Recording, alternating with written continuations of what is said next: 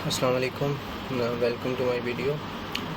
आज मैं एक अपने क्लाइंट का सैलरी रिटर्न करने वाला हूँ सबमिट।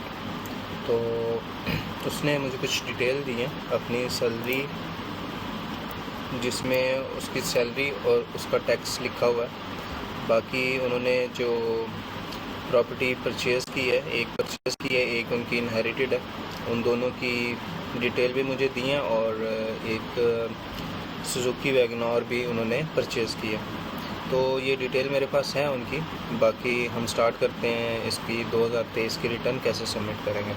तो फर्स्ट ऑफ ऑल हम आयरस को ओपन करेंगे और रजिस्ट्रेशन नंबर में हम उनका CNIC नंबर और पासवर्ड देंगे नीचे।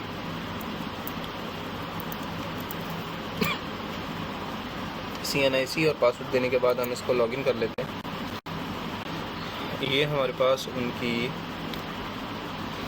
आयरस ओपन हो गई है और यहाँ पे हम सबसे पहले तो हमें चेक करना है उनके MIS में। MIS में वो चीज़ें शो होती हैं जो उन्होंने परचेज़ की हो, प्रॉपर्टी सेल की हो प्रॉपर्टी, वो भी शो हो जाती है। और इसके अलावा जो उनके बैंक अकाउंट में अगर प्रॉफिट आ रहा है तो वो भी शो हो जाता है। तो हमने देखना, क्योंकि हम 23 की रिटर्न उनके सबमिट कर रहे हैं, तो टैक्स ईयर 23 चाहिए हमें। अब 17 के बाद 21 है और 21 के बाद 24 आ रहा है, तो 23 के अंदर इनकी कोई भी MIS में डाटा शो नहीं हो रहा है। कोई भी परचेज़ के हवाले से भी नहीं हो रहा है और ना ही सेल के हवाले से। लेकिन 24 के अंदर जो है वो 236 के परचेज़ के लिए होता है, ये ऊपर दिया भी गया है। और 236C जो है वो सेल के लिए, ये हम अगले साल के लिए है, हमारे इस साल के लिए नहीं है। तो हम इनमें से कोई भी डाटा नहीं उठाएंगे। अगर हम यही वैल्यू 2023 के अंदर आई होती तो हम उनसे डिटेल लेते कि जो उन्होंने परचेज़ की है, एक तो उनकी हमें डिटेल दे के वो कितने मरला है और कहाँ पे लोकेटेड है, तो किस जगह पे वाक़ है ये, और उसकी रकबा, फिर हम उसके हिसाब से रिटर्न के अंदर लिखना था। लेकिन अभी हम चलते हैं रिटर्न की तरफ।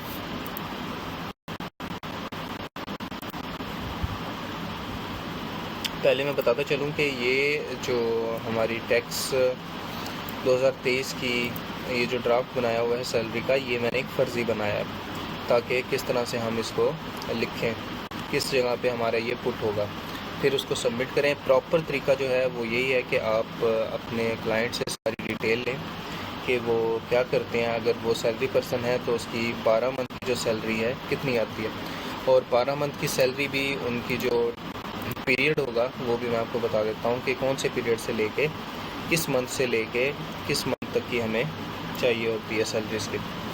तो फर्स्ट हम सबसे पहले आएंगे डिक्लेरेशन में। डिक्लेरेशन में आने के बाद रिटर्न स्टेटमेंट ओरिजिनल में, और इसमें फ़र्स्ट वाला जो ऑप्शन है ये सैलरी वालों के लिए होता है और सेकंड बिज़नेस वालों के लिए। तो हम सैलरी कर रहे हैं, फर्स्ट वाले ऑप्शन पे आएंगे। अब यहाँ पे हम अपना टैक्स ईयर लिखेंगे। हमारा 2023 है टैक्स ईयर, तो इसका जो टाइम टैक्स पीरियड है वो है 1 जुलाई 22 से लेके 30 जून 2023 तक, यानी लास्ट 6 मंथ 22 के और फर्स्ट 6 मंथ 2023 के। तो ये हमारे 12 मंथ मुकम्मल हो जाते हैं इसमें। लास्ट वाले जो हैं 2022 के 6 मंथ और फर्स्ट 6 मंथ 2023 के, ये साल की कंप्लीट हो जाती है इनकी टैक्स रिटर्न। हर साल की ऐसे ही होती है। अगर 23 का करेंगे तो 1 जुलाई 22 से लेके 30 जून 23 तक, और अगर हम 24 का करेंगे तो सेम यही कि 1 जुलाई 23 से लेके 30 जून 2024 तक,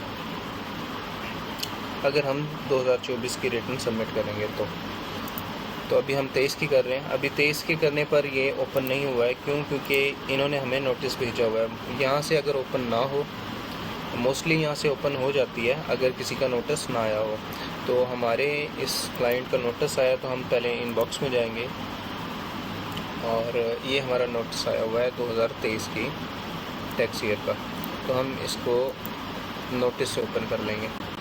तो फर्स्ट हमें दिया गया है नॉर्मल रिटर्न का ऑप्शन, ये हम नहीं करेंगे क्योंकि बिज़नेस वालों के लिए होता है। हमारे पास है सैलरी रिटर्न, तो ये 2179, इसको हम सेलेक्ट करेंगे। सेलेक्ट करने के बाद हमारे पास ये रिटर्न ओपन हो गई है। अब इसमें हम फर्स्ट सैलरी कहाँ पे पुट करनी है, एम्प्लॉयमेंट में जाके फर्स्ट ऑप्शन दिया हुआ सैलरी, इस पर क्लिक करेंगे तो इनकम फ्रॉम सैलरी, पे वेजेस, इसमें हम टोटल अमाउंट लिखेंगे 12 मंथ की सैलरी की। हमने जो एक रैंडम अमाउंट ली है, आप अपने क्लाइंट से पूछेंगे 12 मंथ की, या तो स्लिप लेंगे हर मंथ की टोटल करने के बाद इसकी अमाउंट लिखेंगे, या फिर उनसे पूछ लें कि 12 मंथ की सैलरी उनकी कितनी है। ये लिखने के बाद इसको कैलकुलेट करेंगे। 2 बार कैलकुलेट करने से ये यहाँ इस बार में भी शो हो जाएगा। इसके बाद हम चेक करते हैं कि इस सैलरी में टैक्स कहाँ पर आएगा। तो ये टैक्स चार्जेबल और पेमेंट के अंदर हमें जो 4th ऑप्शन है वो एडजस्टेबल टैक्स का दिया है। इसमें जाने के बाद हम फर्स्ट सैलरी ऑफ एम्प्लॉयज़ 149, इसमें हम सेकंड वाले बॉक्स के अंदर इसका टैक्स लिख देंगे। टैक्स हमारे पास मौजूद है, उसकी स्लिप में दिया होगा। हमने इसी तरह ही इनकम टैक्स को भी टोटल करना है। टोटल करने के बाद हम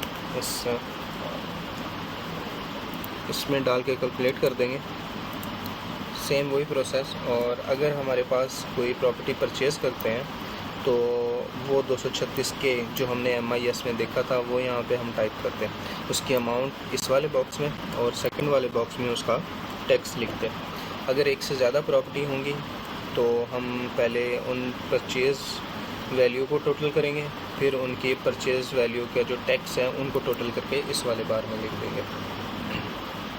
तो फ़िलहाल हमारे पास कोई ऐसी प्रॉपर्टी नहीं है जिसका हम टैक्स लिखें, तो हम इसको ऐसे छोड़ देंगे। अगला ऑप्शन है हमारा जो हमें जिन चीज़ों की ज़्यादा ज़रूरत पड़ती है, मैं सिर्फ वही डिस्कस कर रहा हूँ इस वीडियो में, जो मोस्टली हर पर्सन की रिटर्न में डालना होता है। हम उसी चीज़ के बारे में बात करेंगे।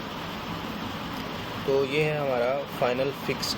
इसमें यह है कि हम हमारे जो बैंक अकाउंट, अगर सेविंग बैंक अकाउंट हो तो उसमें प्रॉफिट आता है। तो प्रॉफिट वाला जो बॉक्स है वो ये प्रॉफिट ऑन डेब्ट 7B, इसमें हम शो करते हैं। इसके फर्स्ट वाले आइकन पर क्लिक करने के बाद हम यहाँ पे अपना अकाउंट नंबर लिखेंगे और नीचे बताएंगे कि ये हमारा HBL का अकाउंट है या मिज़ान का अकाउंट है, जो भी, और इसको ओके कर देंगे। रैंडम से हम एक नंबर लिखते हैं, कोई भी हम यहाँ पे अपने अकाउंट नंबर लिख देते हैं और साथ बता देते हैं कि ये हमारा मिज़ान बैंक अकाउंट है।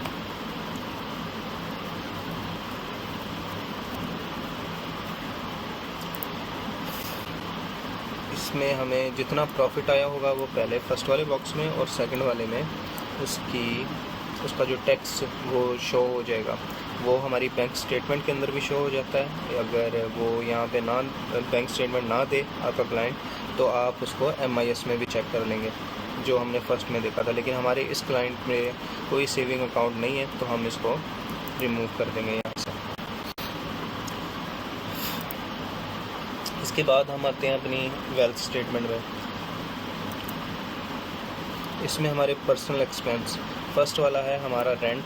अगर हम किसी घर में रह रहे हैं जिसका हम रेंट अदा कर रहे हैं तो वो 12 मंथ का टोटल लिखेंगे। और नेक्स्ट है कि हमारे जो रेट टैक्सेस अगर हम पे करते हैं तो वो सेकंड वाले बार में आ जाएगा। थर्ड है हमारा व्हीकल रनिंग, अगर हमारे पास कोई गाड़ी है जिसको हम चलाते हैं, उस पर हमारा कितना एक्सपेंस आ जाता है वो लिखेंगे।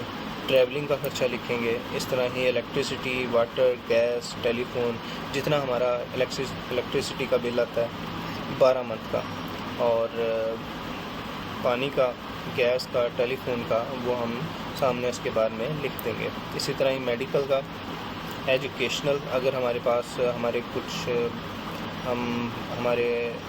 कह लो कि बच्चे हैं तो हमारे उन बच्चों पे जो एक्सपेंस होता है एजुकेशनल, वो हम यहाँ पे टाइप कर सकते हैं। तो लास्ट में हमारे पास दिया गया है कि फंक्शन में जितना हमारा खर्चा हो, या गैदरिंग में, या डोनेशन जो बात आपने की हो, वो इस बार में दे सकते हैं। साथ ही नीचे लिखा हुआ है other personal house hold expense. तो इसमें हमारे अदर हाउस होल्ड एक्सपेंस हम अपना मंथली अगर निकालना चाहे कि हमारा ख़र्चा जो है वो 30,000 पर मंथ भी है, तो हम 30 को मल्टीप्लाई कर लेंगे, 30,000 को मल्टीप्लाई करेंगे 12 से, और ये हमारा 3,60,000 बन जाएगा। तो हम इसको कॉपी करके इसमें लिख देंगे। इसके अलावा अगर आपके पास और भी कोई डिटेल हो तो वो दे सकते हैं। मैंने किया है इसको 30,000 पर मंथ, आप इसको किस कम में भी एडजस्ट कर सकते हैं। उसके बाद इसको कैलकुलेट करेंगे तो ये फर्स्ट वाले बार में ऊपर आ जाएगा। बाकी भी अगर हम अपना इलेक्ट्रिसिटी का बिल देते हैं या आपका क्लाइंट आपको दे देता है वाटर, अपना पानी का बिल का या गैस या टेलीफोन का भी बता देता है, तो आप उसको इन बार में दिखा देंगे। दिखाने के बाद हम ये इस वाले फर्स्ट वाले जो पर्सनल एक्सपेंस है इसमें टोटल शो हो जाएंगे। अभी हमने सिर्फ 3,60,000 डालें तो वही शो हुए। पर्सनल एसेट के अंदर आए तो फर्स्ट वाली जो लाइन है वो हमारी है एग्रीकल्चर प्रॉपर्टी। हमारे नाम कोई भी ज़मीन हो और तो हम उसका रकबा लिखेंगे, वो किस जगह वाक़ है वो लिखेंगे, और अगर वो इनहेरिटेड है तो हम उसकी कोई वैल्यू नहीं लिखेंगे क्योंकि इनहेरिटेड पर कोई वैल्यू नहीं होती। अगर परचेज़ की होगी तो हम उसकी वैल्यू लाजमी लिखेंगे। मैं इसकी एक एग्ज़ाम्पल आपको दे देता हूँ। तो ये 12 किनाल चक नंबर 105 टनार में है। तो हम इसको फर्स्ट वाले बार में हम इसको एग्रीकल्चर लैंड लिख देंगे। नेक्स्ट हम उसकी डिटेल लिख देंगे और हम इसको ओके कर देंगे। ये हमारी अगर इनहेरिटेड है तो हम इसमें इनहेरिटेड साथ लिख देंगे, अगर नहीं है तो हम इसकी वैल्यू लिख देंगे। वैल्यू आपका क्लाइंट आपको बता देगा। तो फर्स्ट करें हम 14,65,000 है, तो हम 14,65,000 लिख के इसको कैलकुलेट कर देंगे।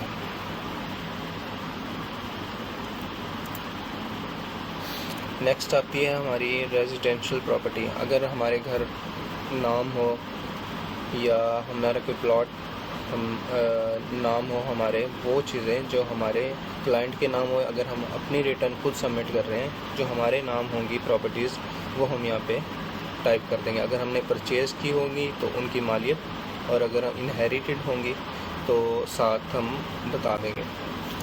नीचे आए तो बिज़नेस कैपिटल आता है। ये ज़्यादातर ये यूज़ होता है बिज़नेस रिटर्न के लिए, तो ये हम नहीं लिखेंगे। नीचे हमारे पास एनिमल, अगर जानवर दिए गए होंगे तो हम इस बॉक्स में लिख देंगे। अगर हमारे क्लाइंट के पास कुछ जानवर हैं तो हम उसका जो मालियत है वो बॉक्स में उसकी मालियत लिख देंगे टोटल की। नेक्स्ट आ जाता है हमारा अकाउंट नंबर, हमारे बैंक अकाउंट। मोस्टली यहाँ पे हम अपना बैंक अकाउंट या अपनी इंश्योरेंस पॉलिसी ही लिखते हैं। तो सेम वही प्रोसेस के फर्स्ट हम अकाउंट नंबर लिखेंगे, बाद में हम इसका बैंक बताएंगे कि कौन सा बैंक हम यूज़ कर रहे हैं। उसको ओके करने के बाद बल्कि इसकी भी मैं आपको एक डिटेल बना देता हूँ कि ये हमारा अकाउंट नंबर है, और ये मैं नीचे अकाउंट, ये हम अपने बैंक मिज़ान बैंक का हवाला देते हैं। नीचे अब हमारे पास एक ओपन हो जाएगा एक कॉलम, तो एक रो ओपन हो जाएगी जिसमें हम इसकी अमाउंट लिख सकते हैं। अब इसमें हम कौन सी वैल्यूज़ लिखेंगे, वो वैल्यू जो 30 जून 2023 मतलब लास्ट क्लोजिंग बैलेंस लिखेंगे हम 30 जून 2023 का। उस वक्त हमारे पास जितना बैलेंस था या हमारे क्लाइंट के पास इस बैंक के अंदर जितना बैलेंस था वो हम टाइप कर देंगे। फ़र्ज़ करते हैं हम कि हमारे पास 23,450 था। इसको करने के बाद हम कैलकुलेट, हर वैल्यू को लिखने के बाद हम कैलकुलेट उसको ज़रूर करेंगे ताकि वो सिस्टम में शो हो जाए। नेक्स्ट हमारे पास कोई ये है हमारी मोटर व्हीकल, और इसमें हम अपने नाम, अगर कोई गाड़ी है तो वो लिखेंगे। जैसे मैंने यहाँ पे लिखा हुआ है सुजुकी वैगनर, हम उसकी डिटेल बताएंगे, ये हमारे पास कौन सी गाड़ी है या कौन सा मॉडल है। और यहाँ पे हम बता सकते हैं कि ये हमारी सुजुकी वैगनर है। हम इसको दोनों बॉक्स में लिख देते हैं। लिखने के बाद हम ओके करेंगे। यहाँ पे हम इसकी वैल्यू दे देंगे।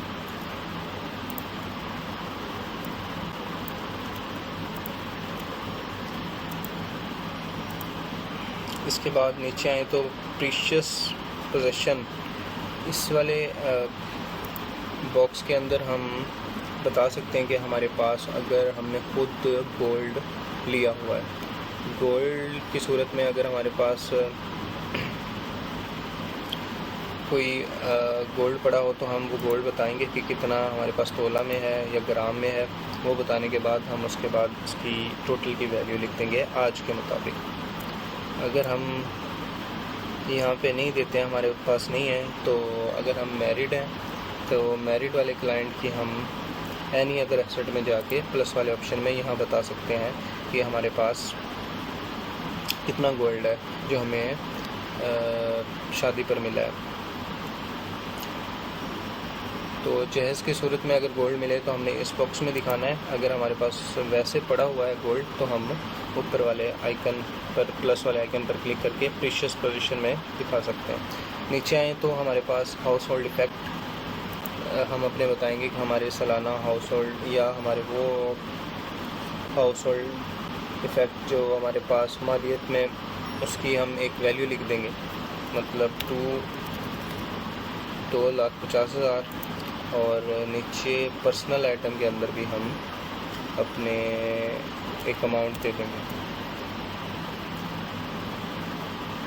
वो पर्सनल आइटम वाली अमाउंट जो है आप 50 से लेके 1 लाख के दरमियान दें, और हाउस होल्ड इफ़ेक्ट जो है वो हम अपने 2 लाख से लेके 3 लाख के दरमियान रखेंगे। इसके बाद कैश की सूरत में हमारे पास जो वैल्यूज़ पड़ी हुई है हम वो लिखेंगे। हम एक फ़र्ज़ी ले लेते हैं, हम अपने क्लाइंट की तकरीबन 20 से 30 लाख ज़रूर दिखाते हैं, क्योंकि अगर कल को वो कोई प्रॉपर्टी परचेज़ करता है या कोई गाड़ी ले लेता है तो उसकी डिटेल हम उसके हिसाब से हम मैनेज कर सकें।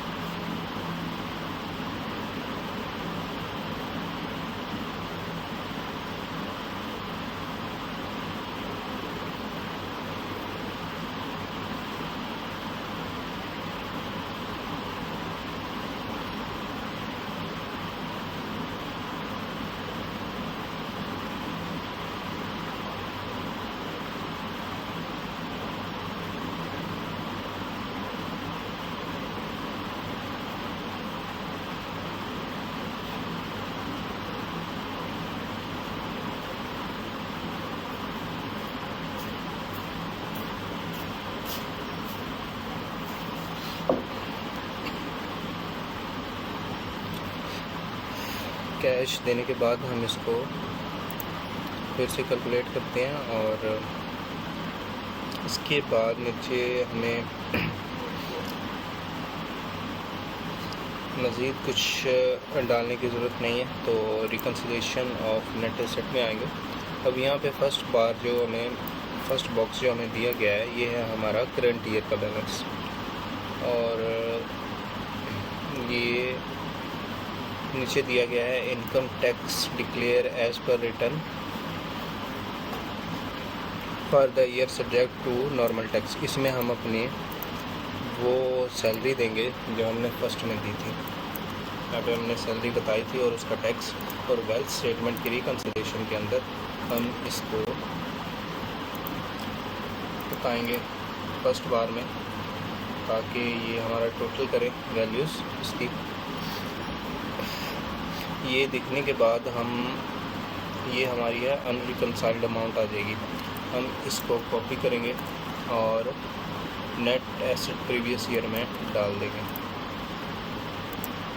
दोबारा कैलकुलेट करने के बाद ये ज़ीरो हो जाएगी। अगर आपकी अनरिकन्साइल्ड अमाउंट ज़ीरो नहीं होती है तो ये रिटर्न सबमिट नहीं होगी। ये फ़र्स्ट रिटर्न हम सबमिट कर रहे हैं, तो इसलिए ये वैल्यूज़ अनरिकन्साइल्ड अमाउंट में आ रही है। अगर हम दूसरी या तीसरी एक ही क्लाइंट की रिटर्न सबमिट करेंगे तो उसकी ये वाले प्रीवियस ईयर के अंदर नेट एसेट प्रीवियस ईयर में पहले से अमाउंट शो हो जाएगी।